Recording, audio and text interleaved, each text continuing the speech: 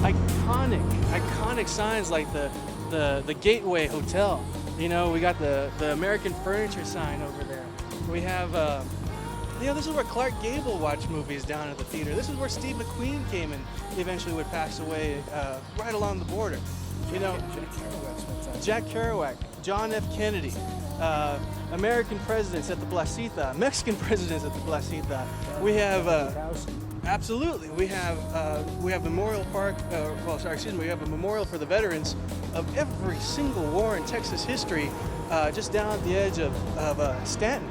You know, you look there on this street in particular, right in front of one of our most famous historical sites, our own federal post office.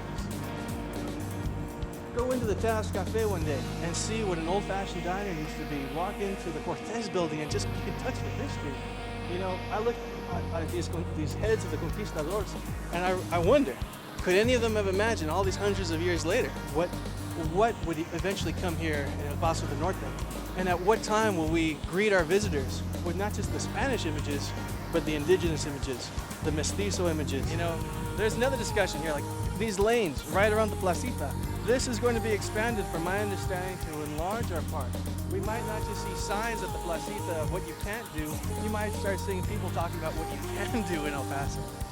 That's one of the best things of being back in El Paso. And to me, when you come back with ideas. You come back with things that are being done in maybe some of these major cities. You know, keep an eye on El Paso and come back because it's fertile ground. Historic moment. We're right here.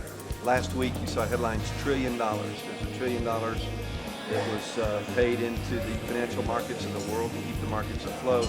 And we've been planning this conference now for a year, but it couldn't have come at a better time because now it's community strategies that are going to drive financial literacy, financial stability, wealth creation. It's communities coming together and coming up with local solutions really to some of these problems that we see. So this is setting the stage for El Paso to be the most entrepreneurial community 10 years from now. When you look back and say, okay, where did it start that we accepted, we wanted to do, we made financial literacy a big priority in our community.